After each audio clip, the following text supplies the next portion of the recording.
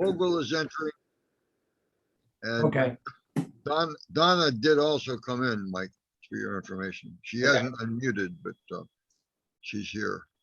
all right, why don't you announce it and start her going? Okay, well, we're at the, what is it, September 28th, I believe, date of the Central Florida Computer Society Tech SIG. So welcome, and we'll start it off, and we are recording it. And Mike, since Donna has joined us, you two were talking about something, and she's one that's going to be leaving. So was it your new remote that you just got that she was curious about? I hadn't planned on doing that, but I can. Hang on, let me share my screen and find where it is. I think I know. I am here and Ken is here too. I'm sorry, Okay, I just was putting food back. I'm a housewife, I cook. I gotta get things put away. So we're here. All right, okay. welcome. Well, what I have Thank to you. do is, let's see, where am I going to get it from? I will get it from maybe, I guess. Give me a moment and I will find it. I do want to, I will share something. Someone shared a remote doorbell that you just stick on and you plug in the other transmitters. Yep. It's fabulous. We got it. Oh. We- Good. It absolutely, thank you. I thought it was this place that I had heard it. Anyway, it's Yes. wonderful because we have a downstairs, we never could hear it. And we have a giant garage and we couldn't hear it. And it works beautifully. It was worth every penny. It's a great, great thing. So we have two doorbells, but you know, once he didn't unwire the other one, we left that. So that'll ring on the main floor. Anyway, we have now 3 different places we can hear the doorbell. We're thrilled. So Yes, it was a great share. Thank you. I bought 3 of them, and I have 2 here in the shop, and one's for the front door and one's for the back door, and they have 2 different melodies. And then I have one at the house. Okay. Okay. Are you seeing my screen? Yes. Yes. Okay, so I get all kinds of Kickstarter projects. And this popped up in my inbox and I was going to delete it. And I said, well, you know, I'll take a look at it. So it is a remote called the Sofa Baton. And it has an LED screen here or LCD screen here at the top. It's got some standard up, down, left, right, volume, channel, whatever controls here. And then you have a touch sensitive pad that you can move your finger around and change what shows up in the screen. And it also has a app for an Apple or an Android phone. And it has a an all-in-one base station, if you will, that they are linked wirelessly together. So this base station can put out Bluetooth and infrared, a wireless hub. And it's basically to replace a Harmony, which some of you know, Harmony went out of production. And Harmony had controls that looked like this and some that were more sophisticated and were pretty good in controlling things, but I never did get them to work with my Roku properly. And I had problems with them working with my PlayStation, which is still my DVD and Blu-ray player. So when this popped up and the fact that I could get it for a reasonable price, let's see if I actually go to the site. Okay, the site actually has the review, which I posted to the Tech SIG, and it's a pretty good in-depth review, shows it in operation. And then let's see if we've got the actual campaign. There we go. So the initial award is out of stock, I think. What is it? I'm certainly, By the way, the pledges are in Hong Kong dollars, $771, which is about $100. So right now, let's see if that's even available. Yeah, okay, so the only thing that's left right now is you can get a single unit for $100, which is not too bad. It's 99 bucks. And they plan on selling it for 189. So it includes a remote. I don't know why it's recognizing me. So when I put my mouse over it, it blues it out. But you can get the remote, you get the charger, you get the hub, you get a couple of Type-C cables, you get an infrared extension cord, two different kinds, and I'm not sure what it means with 1 and 2 transmitters, probably 2 different infrared IR transmitters, so that you can extend it to the different devices that are at your home entertainment center. So for $100 compared to what Harmony was selling for with the full features, I thought that was pretty good too. So it's saying it's a November delivery and they are fully funded. They're more than fully funded. Plus they then have other packages. So you can get 2 sofa batons for $378. So that's goes up considerably. Oh, no, wait, that's saving $189, it says. 189. Yeah, 189, excuse me. Yeah. Okay. The And the Harmony was several $100s, wasn't it? oh, yeah, yeah. Yeah. Yeah. So I'm not going to play the YouTube video, but I would, I did send it out to the Tech SIG, and I'd suggest watching it if you have any interest in it. Yep. The only thing that I'll lose if I use this in our main home theater is my Roku controller right now was one of the advanced ones, which has an earphone socket on it. So at night, after Joyce has gone to sleep and I'm still sitting in my chair watching TV, I can put my earbuds in my ear and plug it into the remote and not, have a noisy movie. But that's not the most important thing. I'm still playing around with 4 different remotes, 5 actually. So, all right, so let me stop sharing. And of course, Donna had asked in the Tech SIG, what its use was. So I think you've got the idea. Is that correct, Donna? Yes, I definitely understand. And I'm thinking with the remotes I have, it means learning something more. Well, but you learn it one time. Once you set it up, that's it. If you say, I want to watch everything on my Roku, then in that LCD screen that's up there, Yeah. you just press that button and boom, the TV turns on, the amplifier turns on, the Roku is on, and off you go. Or I think you said you had a Roku TV in your Right. right? We have a Roku and we also have, other smart ones. Yeah. My son sent us a Harmony, but doesn't it not work, Ken? I got tired of it. Anyway, so he's not using it anyway, but we actually did have a Harmony. I'm assuming they still work, even though Oh, they're yeah, not they making do. more. Okay, The way that you set the Harmony up is probably the same way as you're going to set this up, is through their website and their services. And they're keeping their database on the website, which Harmony did. And I know with Harmony, you just logged in, connected it, and you could change the settings, change the devices, things like that.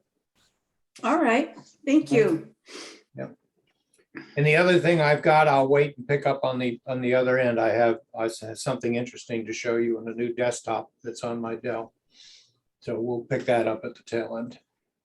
Mike, have you ever tried the learning ones? My son-in-law, my wife has trouble because I got computers and everything else running my TV. And she had trouble. There's only 2 controls, one for the TV and one for the AT&T. But the computer one was too much. So I tried to get it onto one, and I did. It would do everything except wouldn't turn my computer on. But so she could do anything. It would turn the computer into the system and out of it, go to different things on the computer or on the TV. But it was still too much. Too many buttons could be pushed too many ways. But they do work. And one thing nice about them is they're learned. The one like turning on and off the main set. You just point it at it and pick one you're gonna do and hit them both and it learns it. And that's a heck of a help. Well, the Sofa Baton claims that it'll have a massive database. So Yeah. if something's not in there, yes, you can take two remotes, their remote and the other remote, and say, okay, this is volume up, and then you press volume up, learn, and you put the two together and learn. Yeah. And that's the old way of doing it with a lot of them, It's quicker by a lot, but rather than going through 15 different kinds of turn your TV set on. yeah. The guy that put our AT&T in there stood there for 5 minutes, thumbing the thing, trying to find something that would turn the TV off and on, but not turn his box off and on at the same time. He got there, but it was kind of funny to watch. But once you get those things set, they're set forever. You don't have to mess with them, and that's nice. Okay, well, Mike, if you want to hold off on your other Yeah. subject, who'd like to go next? Who's ready to take the floor? Paul or Sean? I'm going across my screen. I can go next time. Okay. I recently had a need for a monitor here at my desk. I've got a kind of a workbench, and I wanted to set. I had an issue with a PFSense computer that works as a router, and it was up in Illinois. I brought it when bringing it back with me, and it only has VGA on this. It's like a microcomputer. I'll show it to you here. I couldn't configure it. This is the computer. Let me turn off this. Turn off the background. Right. I guess it works. This is the computer. I'm using it as a router. It's got a WAN port and a LAN port, and then this goes to a regular a router that I've got in bridge mode. Anyway, I had problems with the upgrade for PFSense. I want to just ditching it and switching in the other router for my dad. But if you look on the back here, it only has VGA for the connection. So, and I've got a couple of these now, and I don't want to get a big monitor just for configuring these, because it's really just, you boot it into a terminal type, just, it's not a graphical user interface. So I bought a tiny monitor. You can see this. This is the monitor I got. It was $60, I think. And if you see on the bottom here, it's got VGA and HDMI, and it's got red, green, blue, I think. Or no, this is the video here, and then right and left. I guess it's got stereo. I don't know. And then of course this is a BNC connector, which I'll never use that. And so anyway, and it actually has, as you can see here, it's got a VESA mount. So I just realized that I'd forgotten that it had that. So I'm thinking I've got a desk or a workbench and a upper part of a workbench. So maybe I can find some kind of a VESA mount that I can put right up on there. So this was, I haven't put it, I literally just took it out of the box. So I'm gonna, while we're talking, I'm gonna wind up hooking this up and see if I can get it to work. So it is stereo. You can see the speakers in the behind. oh yeah, here, yeah. Yeah.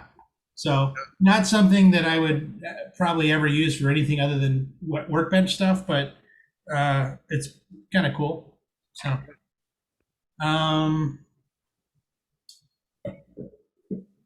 I think that's it for now. That's the only thing I can think of. Where did you say you got it shown? Amazon or? I got it off of Amazon. I was just looking for a monitor that had a digital input and a analog input, and that came up, and it was the right price. It was $69. In fact, let's see. So I thought that was a good deal for what I needed it for.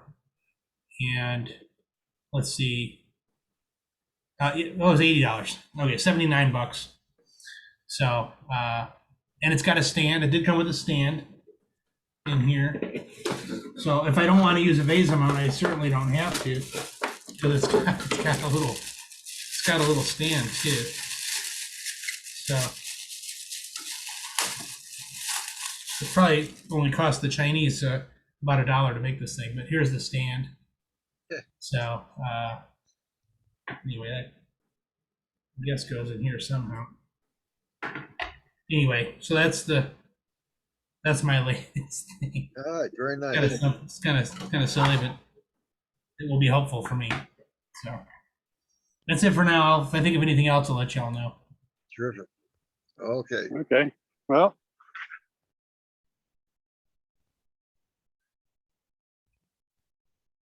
he didn't hear you. Paul? Would you like to Me? go next? Yes, you. Yeah, okay. So, let's see, Ken, the first comment, is for Ken, a real quick comment, because I haven't seen you in a couple of months now on Yeah. Zoom. So, yes, my ham radio is now up and running. I got the parts, I did all the stuff right. I used that heat gun, I soldered it all in with the serviceman technology, put it together and turned it on, and it's good to go. So Awesome. it all worked out.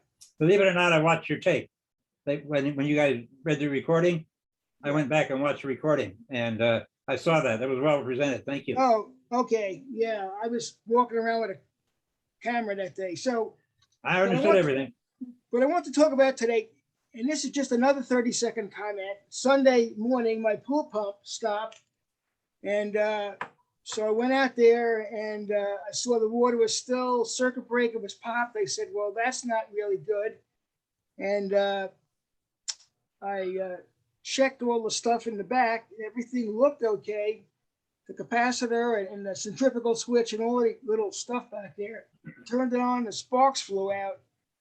And then it stopped making sparks and it would just go into the start winding and it wouldn't run. So Monday morning down to my motor guy, and he looked at it and said the field winding burnt up. So it is probably 25 plus years old. It came with the house from the original owner. So a new motor, got the new motor, and I picked that up this morning around noontime, and it's out there up and running. So that was, and he gave me the old motor, so I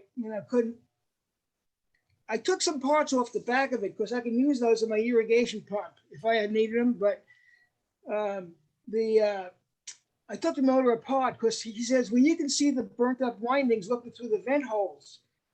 I couldn't see really well enough, so I saw he tried to take it apart, but I don't think he could get the screws out. But I did spend some time with a vice grips and some good tools and got the screws out, broke one, didn't care, got the thing apart, and got everything apart, the front and back. And of course the bearings were all rusted, but they sounded okay. But they sounded dry on the rear bearing, but it was still running okay. But that thing's never been taken apart. I think he just figured, I can't fix this, because the field winding is probably not, probably can't get it. And it's just too old to fix and the parts aren't available probably. So he says, I can't, the winding's bad, it's burnt up. I said, okay. So anyway, so that's back and running. So that job is another thing to take up a day and a half of my life here. So anyway, the thing I want to talk about today is my Corvette. Right in the middle of my instrument panel, there's a LCD. It's got analog gauges, but in the middle, there's an LCD display that shows me speed and miles per gallon and engine temperatures and oil temperatures and all of that stuff. So it's been fading over the years. Basically, it uses a polarizing film on the display. So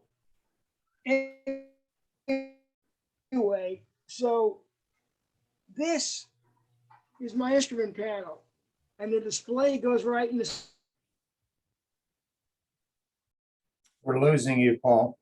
Yeah, breaking up. Go on. You're in, if you can hear us, Paul, you may have to break off the session and then rejoin. Oh, okay, you're there. Okay, Hear you. Your video is very, very So good. anyway,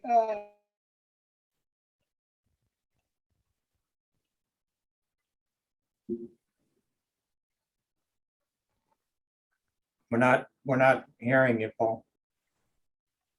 And we're not seeing you, other than seeing the, no, you dropped. Okay. His connection was going. Yep. Oh, are you back?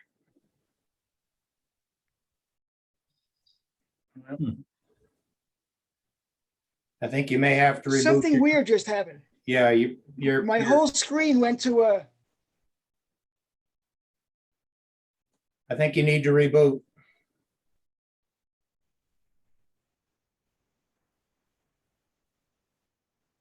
can you hear me now? Yeah, we got you now, but if we don't, next time we lose you, you might want to just reboot and come back. Okay, so this is the screen. It's got these graphics on it. You can see the left and right turn signals on it. And this is the thing I'm going to be replacing. This has the polarizing film on it with a little chip on the top.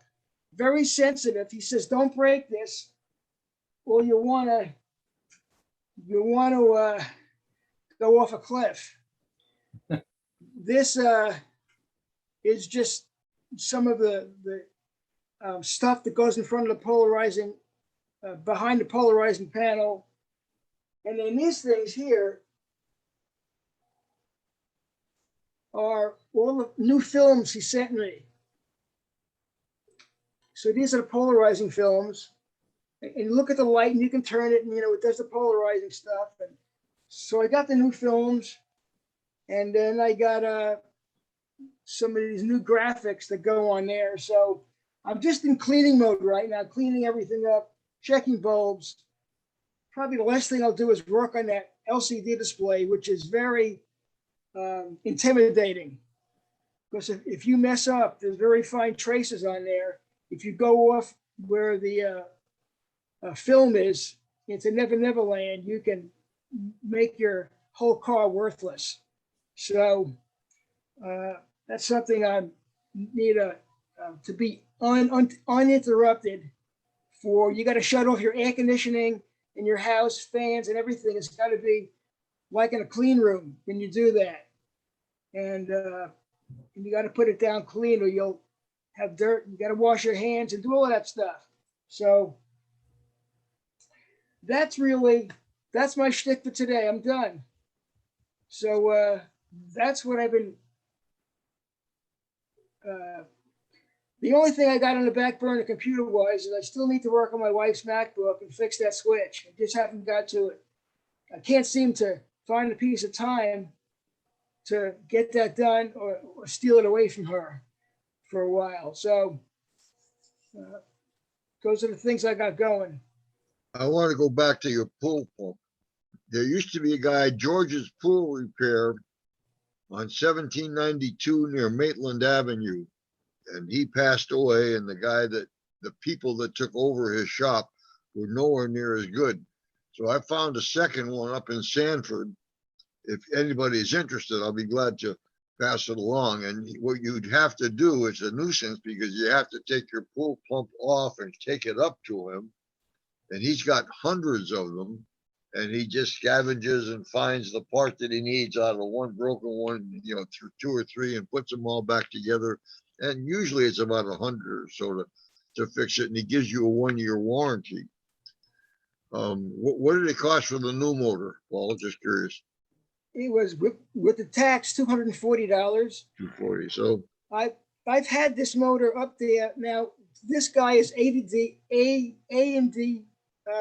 repair. I got the A&D pool, A&D motors, and he's right at 436 and 1792, just down 1792.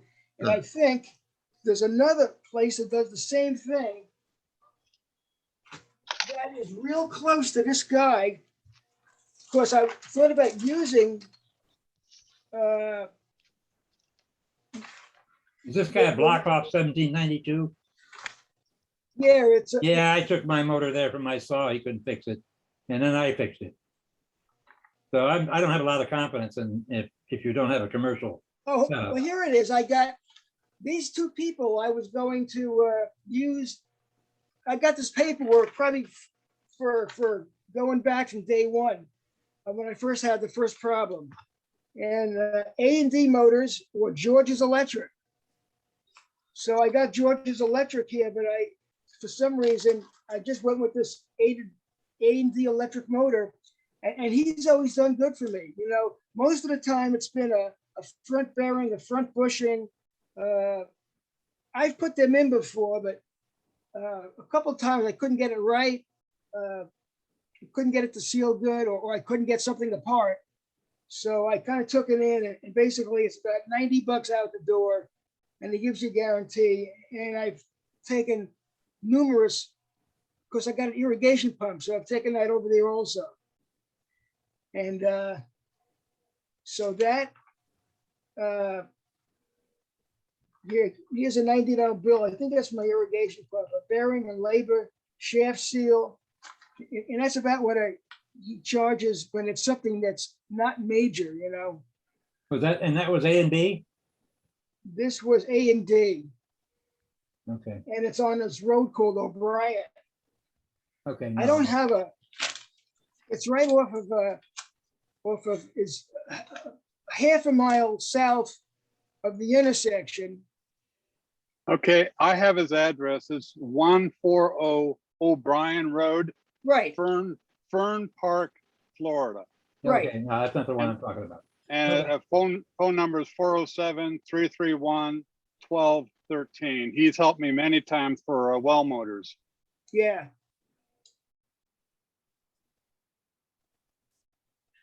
Well, one went out on my table saw, and I took it down to A&B, and he said he couldn't fix it, so I brought it home. And since it was an old table saw, like 30 years, I couldn't, he was gonna look for one for me to buy. So I thought, well, what's it hurt if I take it apart? I changed the capacitor, that didn't help. I took it apart and I found out the centrifugal switch on it had carboned over. There was no contact. Yeah.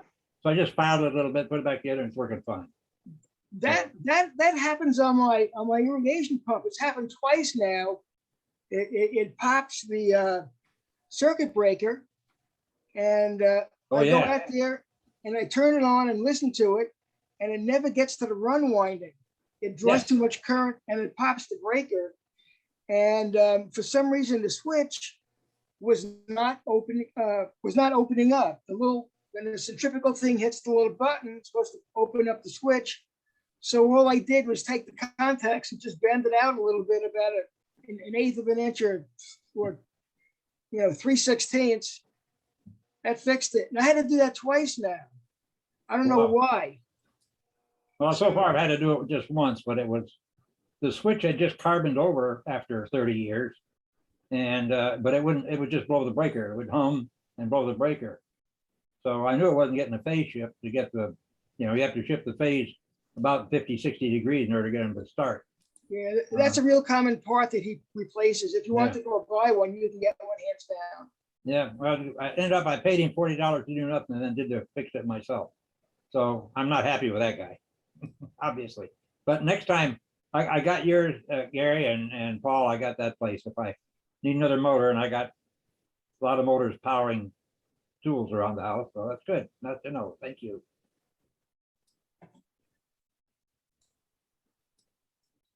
Next. Okay, that's more interested in that than I thought there might be, but very good. Who's next? Who else got something they'd like? I got a new toy.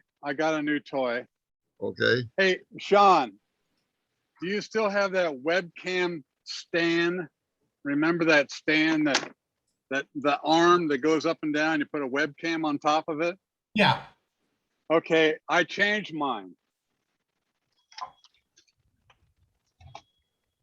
I put a laser on it. So I don't know if I can do this. I'm trying to decide what. Okay, there you go. So it's a laser monitor, and it's it's an Amazon. It's called an Any Beam. I think it's made by Nuba, Any Beam. And it is, are you familiar with MEMS? What MEMS are? No. It's a micro optical, electrical, mechanical device. And it's a little tiny mirrors that are bouncing laser beams to create screens. And so it's a pico projector, you know, what pico projectors are, but this is a MEMS laser MEMS projector.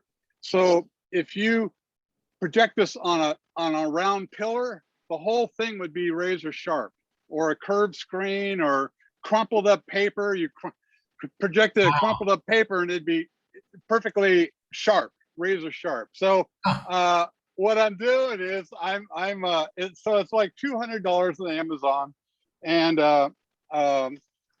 so I am the world's worst artist. You know, if you ask me to draw Scooby-Doo the dog, it would look like a horse or a turtle. You know, it wouldn't look like a dog. But I got this projector and it's on that webcam screen pointing straight down on 8x10 pieces of paper. So the very first thing I did is I just went on Google and looked up Snoopy, and there was a Snoopy. So I drew that, and then I did another little Snoopy, and then you know, Bugs Bunny, and then this morning I did Elmer Fudd. Now the colors are horrible because I had like these twistable crayons, pencils, you know, and it was only a few limited colors. So I tried to mix orange, white, skin color, but you know, that's not too good. Oh, good. So I ordered an animation artist kit. So I have 60 pens, I'll have the black outliner, and the special paper, not Xerox paper and not, you know, pad paper, you know, but it's razor sharp. Now, the biggest complaints will be that, oh, I wanted to make a TV screen 150 feet across and it's dull. You have to be totally dark, you know. And yeah, these are pico projectors, are not made to, you know, you got to close the curtains or watch it at nighttime. But for using this as we call it a camera obscura camera, yeah, Pentagraph. as a way of using reflections to bounce an object on a piece of paper and then trace that out. This Just call does it it pentagraph. perfectly. Huh? You're tracing it then. I'm basically tracing a laser beam on a piece of paper, and you can see with the finest detail. Now the resolution's only 720, and that's another big complaint, that everyone wants 1080 and 4K. But this company in Taiwan, they've developed this technology, and it's amazing that you can project something by just bouncing laser beams against mirrors that are moving at huge speeds, you know. So anyway, speaking of huge speeds, we've all had projectors, right? Our Slinkies. Oh, sure. Okay, and usually you push them, you know, to do what you want. I got this thing called a Hyperspring, and you can get on Hyperspring University for like a whole $15, and it's like this. I want to make sure I don't hit the pico projector. But it's not about pushing, it's about pulling, you know. And so what you do is you pull it, and there's a thing called a power beam, you know, and there's all these tricks that you can do where where it's in this hand and you make it go to that hand, and then this goes and bounces on the ground, then comes back up in this hand and it bounces back in the hand that it started in. And I'm having a ball. This Hyper Spring University, they list it for 15, but I mean for $30. But when you buy the Hyper Spring, it's all of a sudden half price. So you've joined the university for $15. And this guy is a true entertainer with all the comedy lines. He's a great teacher, a great entertainer, and he is the one that sells these things. And he's taken Slinkies to a whole new level. And so, you know, this is tech SIG. We're talking about tech, you know. Yeah. So, All right, that's a great idea, but what was the name of the company? If you want, it's a great Christmas gift, is my thought for my grandson. Hyper Spring. Say it like Hyper this. Spring. Hyper. Okay, and what do I Hyper. have to do to get it for a reasonable price instead of 30? I have to pay, They're join the only, university? they're only, no, they're only like $15, $14. This is the Oh, 4-inch. okay, This is the All right. 4-inch, and they have a 3-inch for kids. okay, okay, And it's just Hyper Spring. okay. I'll look for it. If you just go on YouTube and type in Slinky, you're going to see regular Slinkies, and all of a sudden you're going to see this amazing stuff going on with these springs, and then you'll realize it takes you to his name's Joshua, the guy that has it. Okay. So yeah, there are a lot of. Perfect Christmas gift for my Oh, children, they're my great for grandkids. $30. You get the toy and you get the university at the same time. And if you Perfect. stop, if you kind of like bail on a class, he'll send you an email, say, hey, you didn't finish this second class. You got to go back to school, you know, learn I this love thing. it. You know? Okay, thank you. It's a totally different concept than a metal Slinky. My Gary. next, yes. Gary, how big is this projector? How big is it? Little bitty thing. Okay. Here's the box, and then this is the little hole for it. You know, so I mean, if you compare it to a Slinky, it's about that big. So Oh. it shines out a laser light. And what's the input? HDMI. Oh, I okay. don't know. So you can send any kind of video to it. Well, hey, yeah, I got this thing called. It's coming tomorrow. It's an HDMI dongle. It's a Wi-Fi to HD.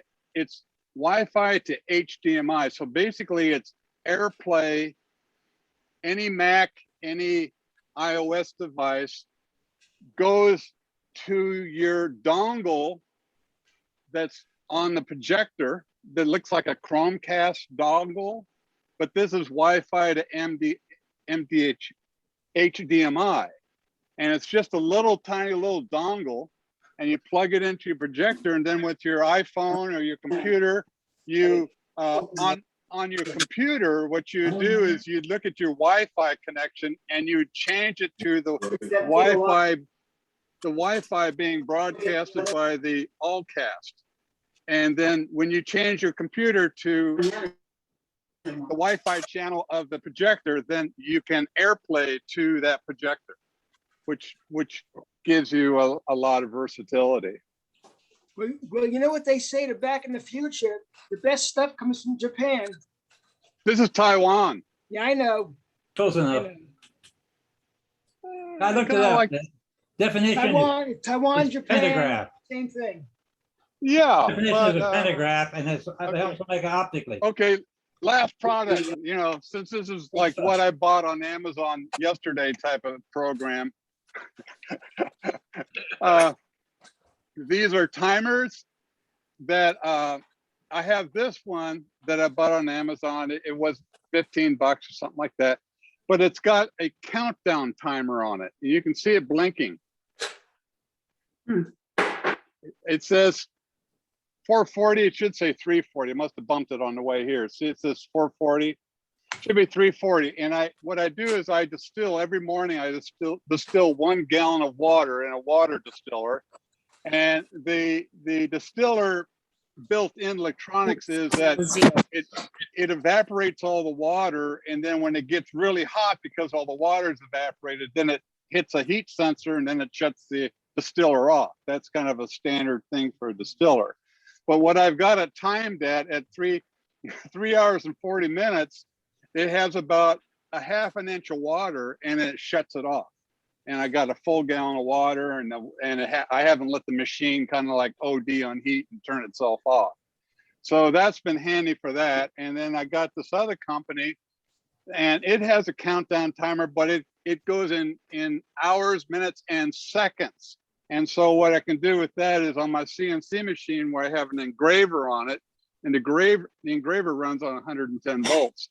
So the CNC is doing its thing, and it does an automatic shut off. But the thing is if the engraver is so noisy that I want to be in another room, I don't want to be around or wear ear protection. So I usually will come in and there's that stupid engraver running, all by itself with the machine turned off. So with this little guy here, because I can set the seconds, if I know it takes 4 minutes and 30 seconds to do 1 cycle, then it can shut off 1 or 2 seconds after the machine shuts off. And those CNCs, they're right to the second. When it runs a cycle, it's to the second, So I can program an auxiliary device, an accessory device for my CNCs, and have it do an auto shut off on this. Beauty of this is it'll keep blinking with the time, waiting for you to just hit the confirm button. And when you hit the confirm button, then a red light turns on, and then it goes through it and it gives you in large letters. I'll do it right now. Those are pretty decent sized letters. So it will count down. And so anytime I look at the machine, I can look at this and it'll tell me that, hey, I got 2 minutes and 15 seconds left for that CNC to shut off. So, for $15, and these are, they have internal batteries, so they always remember what they're doing. Other than that, I don't have any new toys from Amazon. That's good enough. Hey, Stan, I got one more comment I forgot to say that I've been wanting to say for about 4 months. All that stuff that I bought to fix my ham radio, all the soldering stuff came from this place called AliExpress. Yep. That I talked about once, but I never really gave it its full credit. It's like an eBay, but it's Asian. There's no bidding. Everything is buy it now type price. Mhm. And I really got good deals on a lot of stuff. For example, the FETs that I bought, the FETs I bought from Icon cost me $50. I said we had to go. Hey, Donna, can you mute your, thank you. I muted. Go ahead. The FETs I bought from Icon were $50, and eBay, it was not much better. I bought 2 more just for the heck of it, just because I wanted to. I bought 2 more FETs for $14. Yeah. I mean, really good price. Anyway, it takes a while to get the stuff. You can't be in a hurry. But the prices are really good, and there's different sellers for the same items. So they're called ALIEXPRESS, and the E is capitalized. So the last thing I ordered, if you remember back about 6 months ago, I was working on the localizer for my airplane, and I found out the problem was a bad part. I couldn't find one in Orlando, and I could only find one from DigiKey online. That was like, between the price and the shipping, it was like, I mean, it wouldn't break me, but the price was ridiculous by the time I got it in my hand. And I kind of fixed the other one.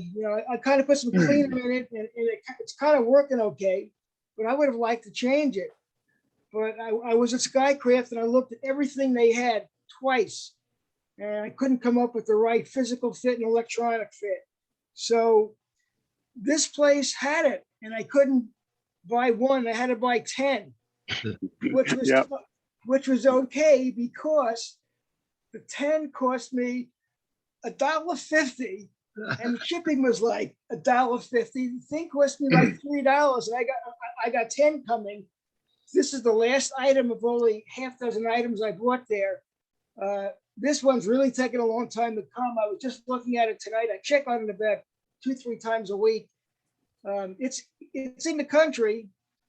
This is one of the few that doesn't have a tracking number with UPS or No. FedEx or any of the delivery services, post office or anything. So I'm just hoping it comes because it says, by November. I'm not in a big hurry for it, but I like to get by November, my time expires and I have to raise a concern and say that it didn't come, and I guess I'll get my money back. I don't know. I mean, I'm not worried about $3. I would like the part though, It's just, it goes through customs and all of these links, and it takes a really long time to get here. This one is taking twice as long as anything else. So I'm just happy if it gets here. It's in the country, it says, so it's through customs. So anyway, this is a real interesting outlet. If you just want to research something you want to get, just take another look and see if you can find something for a price that you just got to have and you can wait for. What's the name of the place again? ALI capital EXPRESS, AliExpress, all one word. Okay. And it's like it's like Amazon. Yeah, It's similar to Amazon.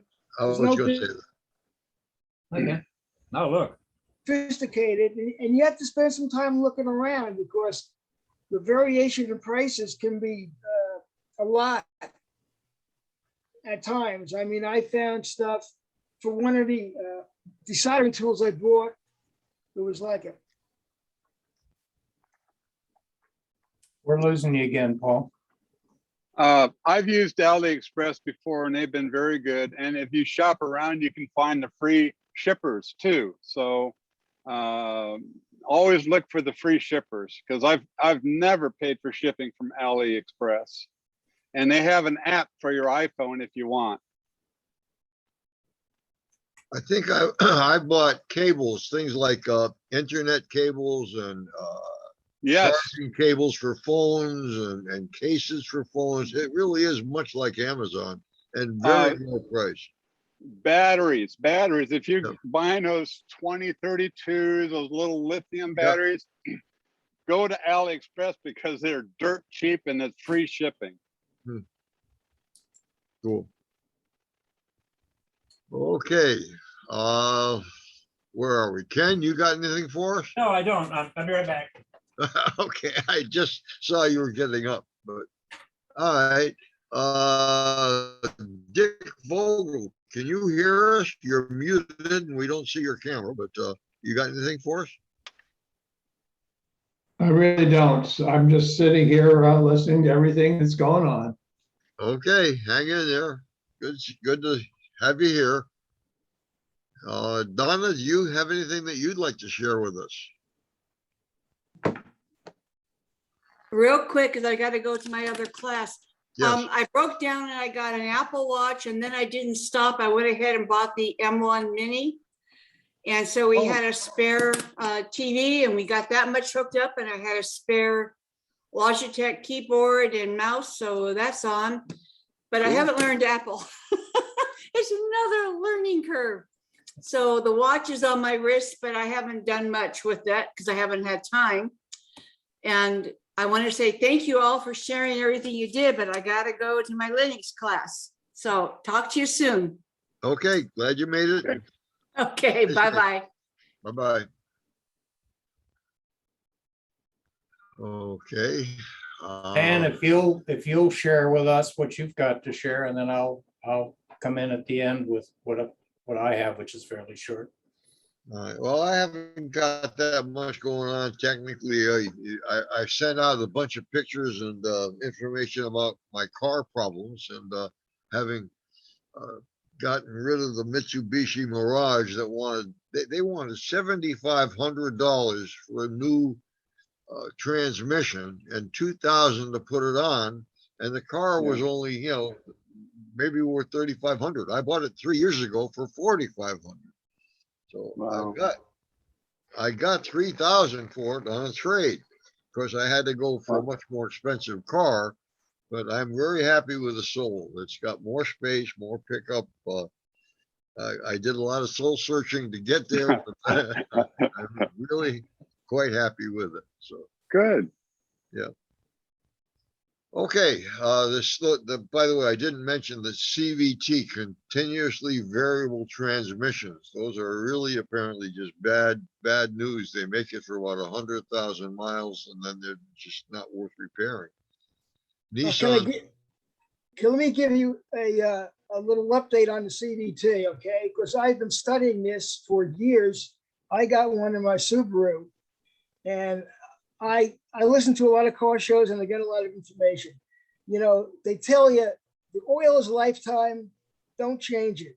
So what's lifetime? Until it breaks? But the mechanics say, you just like any transmission, change the oil and get it done right, because those don't get changed like a regular transmission. There's a special process on a lot of the cars, and I don't know your car, but get the oil changed and you'll have a much better time of not having any problems. I'm convinced I don't want another CVT, and the Soul has a 6-speed automatic transmission, but not a CVT. Oh, I'm sorry. Okay. Well, the CVTs are not all created equally. I don't know about the Mitsubishis. Obviously, yours had a bad one. The Nissans notoriously have bad CVTs. Yep. I have a CVT in my Honda CRV, and I like it. I wasn't sure if I would. At first, it took a little getting used to, because it never actually shifts, which is weird. But you're always at the right power band, so you're getting better gas mileage. You just have to make sure you're not getting a car from a car maker that makes a lousy CVTs. They're not all created equal, but I can understand you were rubbed the wrong way, Stan. Oh, no. The Nissan, as you mentioned, does have problems, but they only charge 2,000 for their new ones. And even though like Advance Auto and AutoZone, they have kits for $200, $300, $500 with valves and belts and that sort of thing. None of the shops want to do it. None of them will take it. They just say, no, get a new car. So that's what I did. Yeah. Works. Hey, I did get something interesting. I meant to tell you, those robot vacuum cleaners? Yep. I hate vacuuming, and I said when I retired, I told my wife I'd take over vacuuming at the house. Well, I really hate it. So I bought one of those things. And it's the doggonest thing you ever saw. I have a dog with long hair, and I put that down in the family room. It does it every night. The first 3 nights it clogged up. There was so much dog hair in the rug. And after that, I have it sweep every night, picks up the dog hair and fluffs up the carpet. And it really looks good. And What brand? It's called a Robo Rock. It has it maps a room with a laser sensor. A Robo Rock? Robo Rock, yeah. Okay. And I have 2 of them now, because I have a tri-level house. So one does one, the other one does the other, where we spend a lot of time. And guys, it's absolutely amazing what that thing does. Every night I run it. Every day I have to empty the little cache thing. And there are also mops, but I'm not going to mop with that thing. But it does a absolutely wonderful job. For the family room and the hallway into the garage and that sort of thing, it takes about 35 minutes or so to do. And it doesn't go around randomly like those other ones did.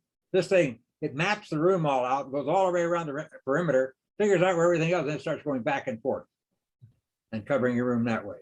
Doggone, it's really great. And the other one does the same thing, except that one takes care of the kitchen, breakfast room, dining room, and living room, and the foyer.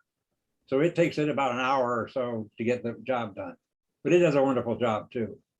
But the big thing that was impressive is I have this wonderful dog, and he is wonderfully hairy.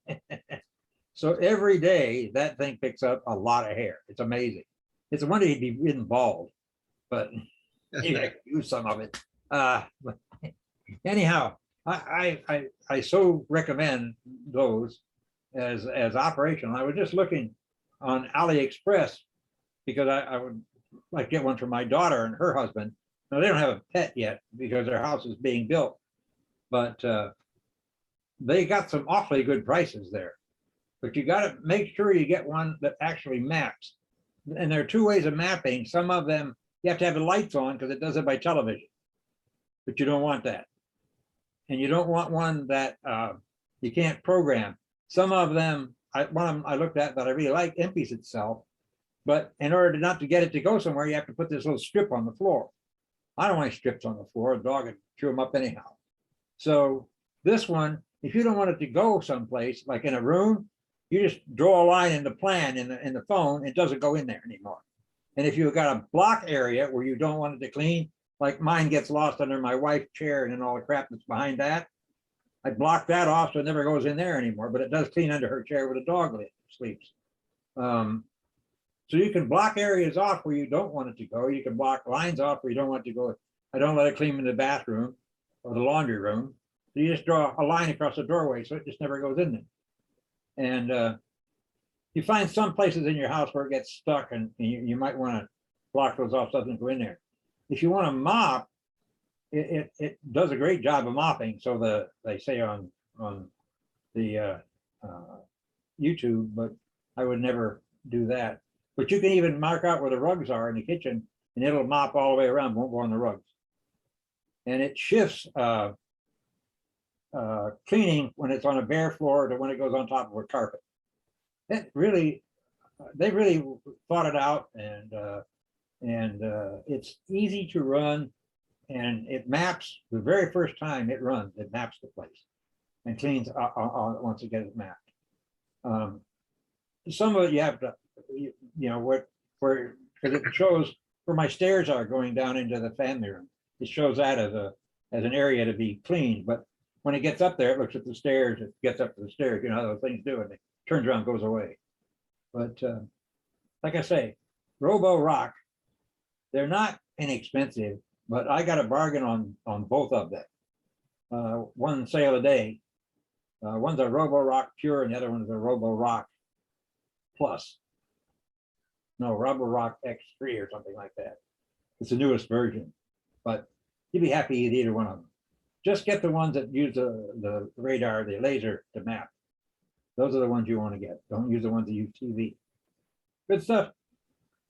Sounds like sounds like LiDAR. That's what LiDAR? it is. Yeah. Couldn't think of the name. Okay. You're right. LiDAR. Yeah. It really does fine. And also, if you have chairs and tables, you can see where the legs are because it points those out too. Where the dog dish sits, it sits on a rubber mat, it pointed that out. It's very sensitive. And the dog's dish holder is just wide enough so that the unit will get in there and get stuck. So I just put a little tennis ball underneath there and it goes up there and sees a tennis ball and goes on by. They're neat. They do a good job. But that's it, Gary. Yeah. Later. We got one.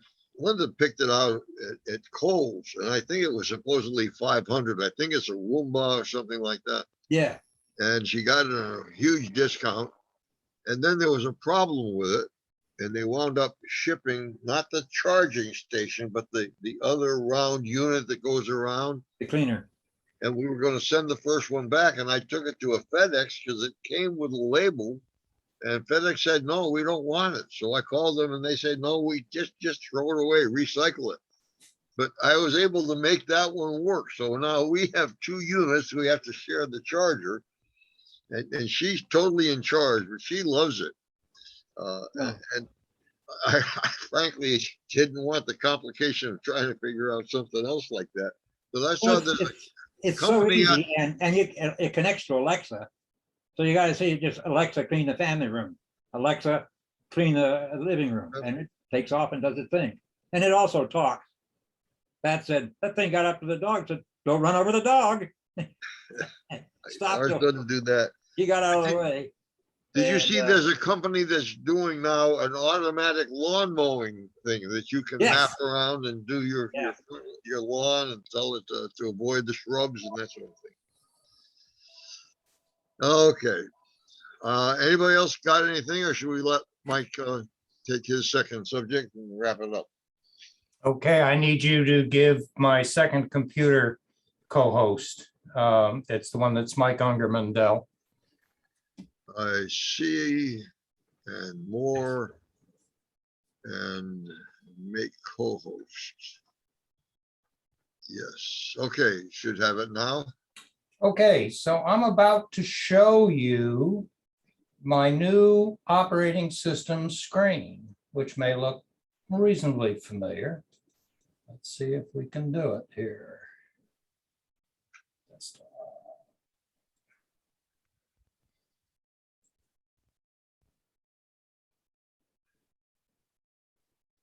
Has it got, okay, good, it's showing it. I thought maybe it would have this other thing in front of it. Okay, well, what does that look like to you?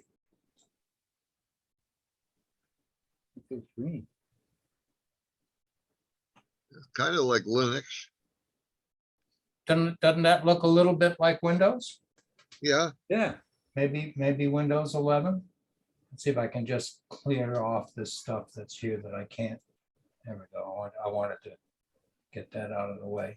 Okay, so there is a new version of Linux out, which is called Windows FX 11 or Windows 11 FX, one of the two.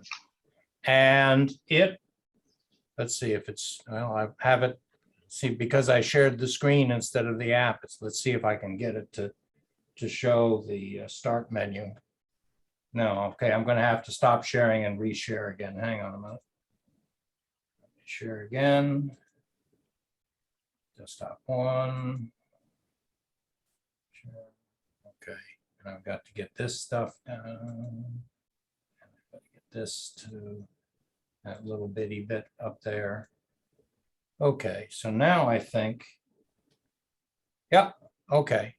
So what you're seeing essentially, here we go. There is the system tray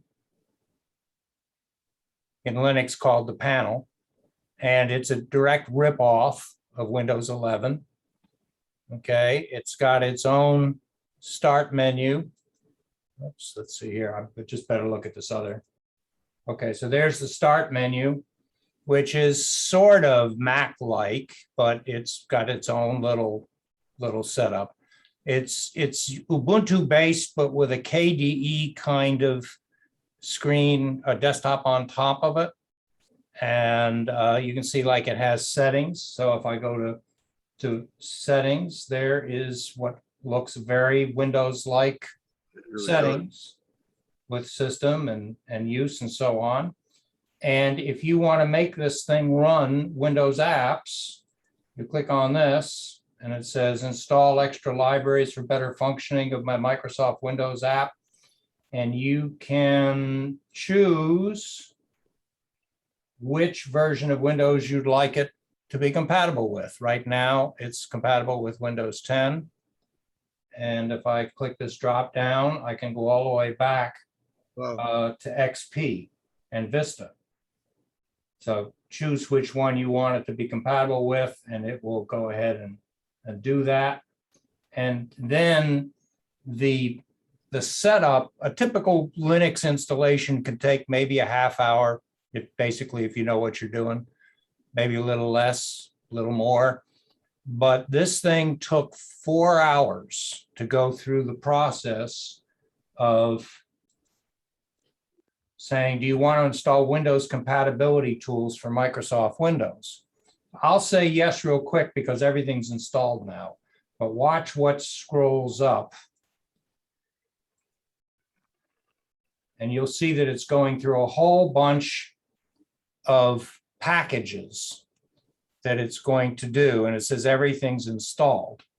Well, each one of those packages went to a Windows archive site and then started downloading video compatibility applications, net, what is it, net, .net, something or other. I should know. Hang on, cancel, cancel. Okay, cancel. Okay.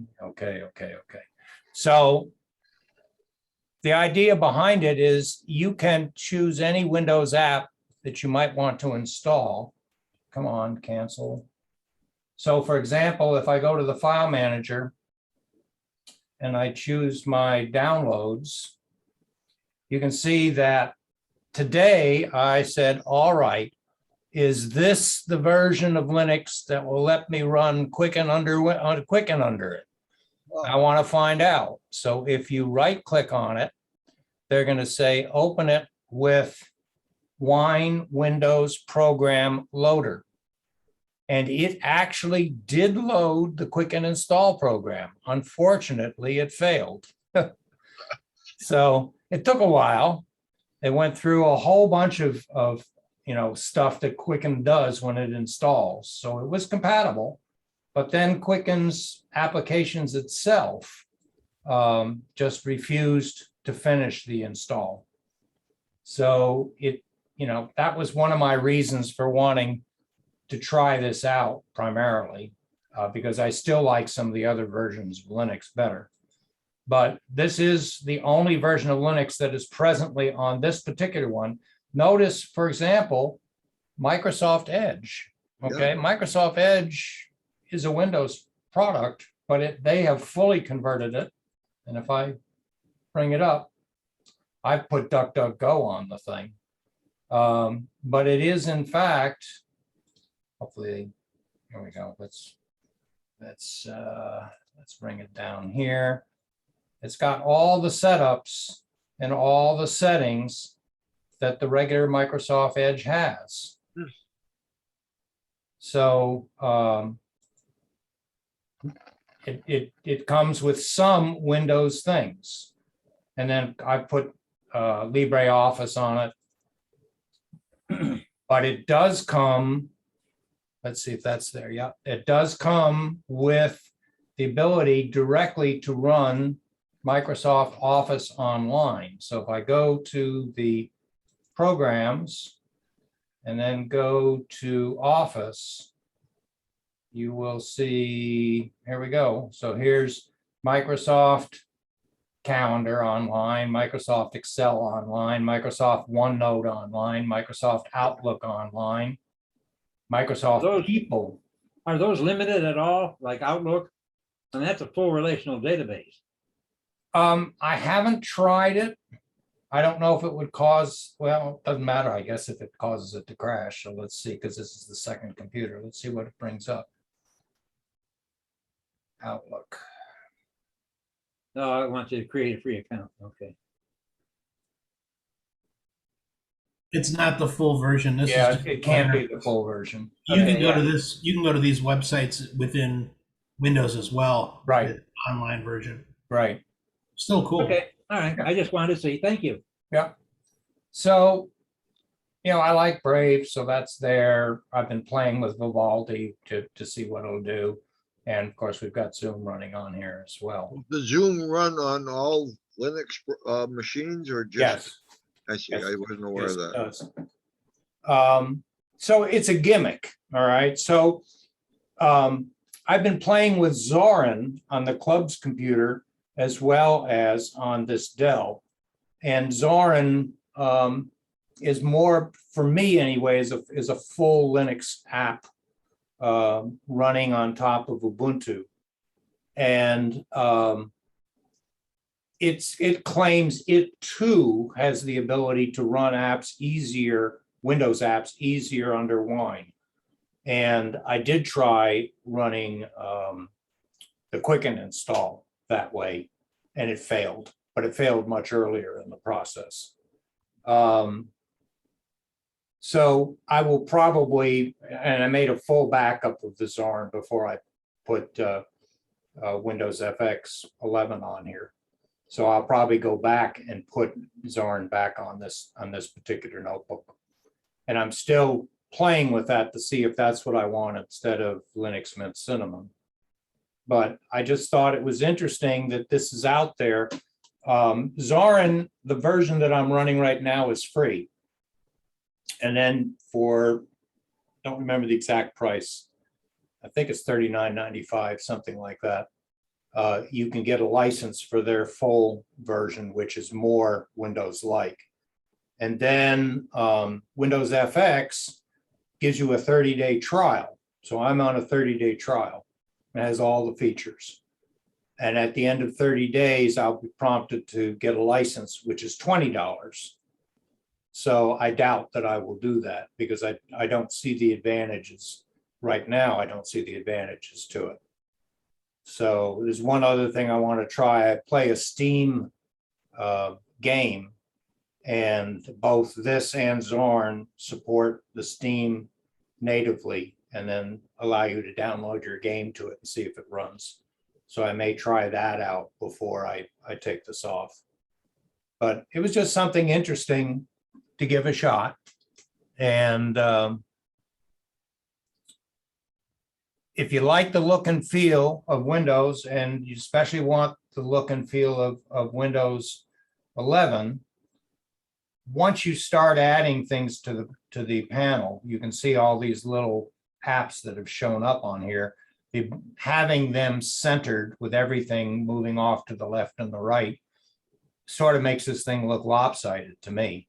But essentially, here is where your applications stop down at the bottom. And then to the right of that, these are all your status icons. And it does come with a clipboard manager, which is nice.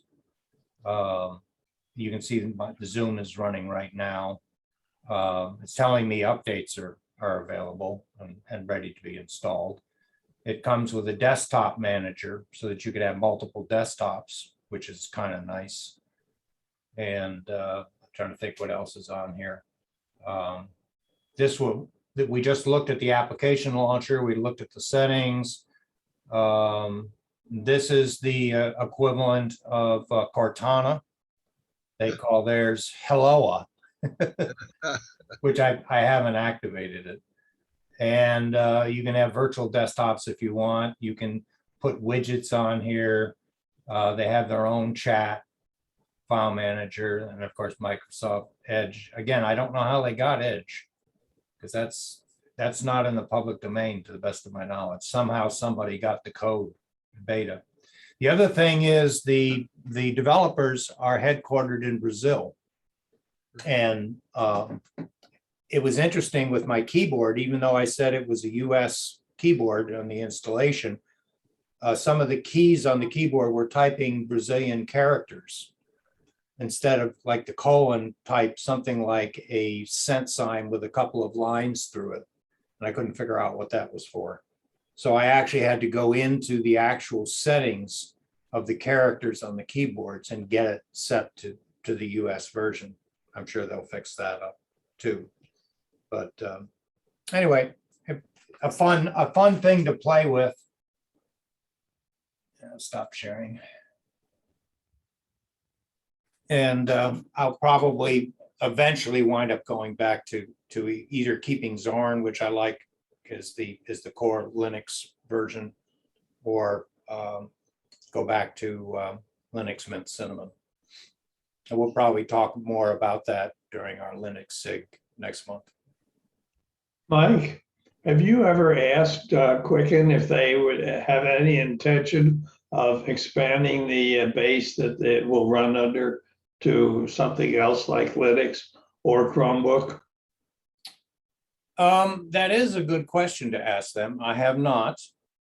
One thing they have done is they have sort of enabled an online version accessible from mobile devices, but it's not a full version of Quicken. Is that Mint? What do you, no, what I'm saying, the online version is Android or Apple. Okay, because I saw that Quicken apparently runs or has a product called Mint. Oh, no, there is another, yeah, there is a money application called Mint, which I've looked at as a potential replacement, but it hasn't worked well for me. The APCUG presenters, John Kennedy and Orv, both have suggested other money managers, which I've looked at, but I've been using Quicken since the Apple II days. You know, that goes back into the late 80s and early 90s. And it's just, I'm ingrained with it. All my finances are on it. My wife knows how to use it. And when it was suggested that maybe I'd rather go to QuickBooks, which I have actually, when I ran my business, I have actually done QuickBooks installs and training on. But I hate double entry accounting, even though it has a front end on it. And to train somebody to use it and to start over from Quicken to go to QuickBooks, I just don't want to do that. The advantage of QuickBooks is they have a 100% available online application so that you can do it entirely without software on your computer. And Quicken has just chosen not to go in that direction. Maybe eventually they will. But Mike, what did you think of Mint? I looked at it. It's been a while, been over a year, maybe two. And it didn't have all of the download of transactions from credit cards and banks and all of the reporting kinds of things that I wanted to do at the time.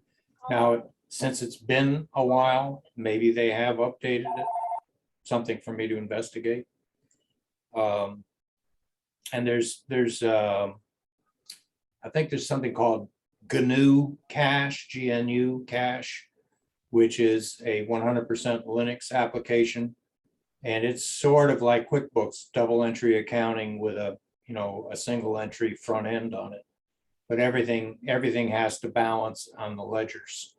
You've got to have an offsetting credit for every debit and vice versa. And I just didn't want to do that. So, hey, if nothing else, I take, and partition off the computer or another drive, and I just keep Windows on it and keep Quicken on it, and eventually go to Linux on the main computer, dual boot. But we'll see. Actually, don't they say that it's best to use a separate computer for finances anyway? So yeah, do everything on Linux and then just do your finance stuff on the Quicken stuff on the Windows computer. Agreed. I have a question. Quicken and QuickBooks are not owned by the same company anymore. Isn't that correct? Correct. Quicken and TurboTax used to be Intuit. And QuickBooks at the time, way back when, used to be Intuit also. QuickBooks was the first one to divorce themselves from Intuit, to break off. And then Quicken broke off when you could buy your Quicken with a license to use it forever. But when they broke off and became their own company, it became an annual subscription. So now we pay an annual fee. I don't remember exactly what it is. I think for Quicken Deluxe, it's $49.95, something like that. Depends on version, doesn't it? Yeah. Yeah, I've used Quicken forever, probably not as long as you, but for a very, very long time.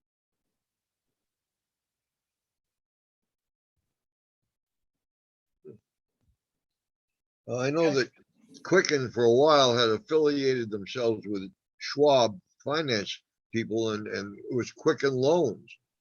And that's broken up now too. They call themselves rocket loans. We have our mortgage with them, our primary house mortgage. And, okay, very interesting. Anybody else got anything more they want to bring up? I got something. Cool. I got a new tool. It's called a Viking arm. And it's a clamp. It's made in Norway and it's very high quality. And it can lift almost 400 pounds. Wow. And when it's raising something heavy, if you want to lower it, there's a second button that just lowers it just according to how much you put on it. How fast you push that button depends on how fast it retracts. So if you were trying to lift something heavy and you know, like a wall or something, and you just wanted to lower just a little bit, or a window or a door or something, then and it's been handy. When I got it, one of the first things I wound up doing was something I never expected to do, and that was my primary belt. I have a riding lawnmower, and the drive belt that drives the propellers, the blades, it was shot, and so the best thing to do is you got to move the idler wheel out of the way so you can take the old belt out and put the new belt up, and then let the idler wheel go back on it. So I just tied a rope on the idler wheel and put this on the bumper of my tractor, and then I just started pulling it up, and it pulled the rope and it pulled the idler wheel out, and that drive belt just dropped right down. Put that in and let this thing down gradually, and that was I couldn't have even invented a reason to buy this Viking arm to do something like that, but it's been handy. I bought some channeling, inch and a half by inch and a half channeling, and it had a slight, I had a sample. It wasn't right angles. It was slightly bent in like a curve, you know? And I got this thing in there, straightened out the channeling, so it was right angles. How did you find it? I've seen those advertised now for some time. There's all kinds of fake ones, lots of fake ones on Amazon. There is not. This is the official Viking arm, you know, and it's marked, and you can see how thick this stainless steel plate is. I mean, it's heavy duty. I think it's rated for 370 pounds. But I have a work table that's 4 feet by 12 feet long, the one behind me. It's heavy, and I just lifted it so effortlessly because these handles are so long that you can get this huge leverage on this. Anyway, it's a great product. How much was that, please? They're $200. I bought two. Well, I want to show you what I got at Harbor Freight, because it's not designed for its weight particularly, but it's a clamp that does very much. Can you guys see this? Yeah. No. Turn off your It's pretty background much if the you same can. thing. And what's Turn cool off the about background. this Turn is off the background. Yeah. Okay. Let's see, video. We know about the Christmas trees. And I was just getting ready to put mine up. Background. It's that time. There you go. Okay, so I'll close this. Oh, okay. Perfect. And these are anywhere from $6 to $10, $15. They have them in all sorts of sizes. Yeah. And you can adjust them with this button. And the other thing is that if you come here, you see that's a wing nut. Oh, let me get it in the screen. And so you can take this off and put it around to the other end, and it separates things. You can use it to push things apart. Right. And that can be very handy sometimes. We actually had This does that. You can flip these and they'll push Yeah. things apart. And if you're putting in wooden flooring, you can use this to push the flooring Sure. into the tongue and grooves. Yeah. We actually had a small window way upstairs. We never used it. One time we opened it and we couldn't close it again. So we used it, turned this around, put it in there, got it to close, and that's there, still there years later. Pulling that window shut. What that shows is the difference between what you get for $200, what you get for $695. It worked. It did what I wanted. Uh, I haven't tried to lift Hey, bud. workbenches with it. But, cool. All right, well, pleasant Okay. evening, No, I'm not playing. and glad to see everybody made it, and stay safe until next time, and we'll see you next time. Good night, Okay, all. I'm stopping the recording. Yeah.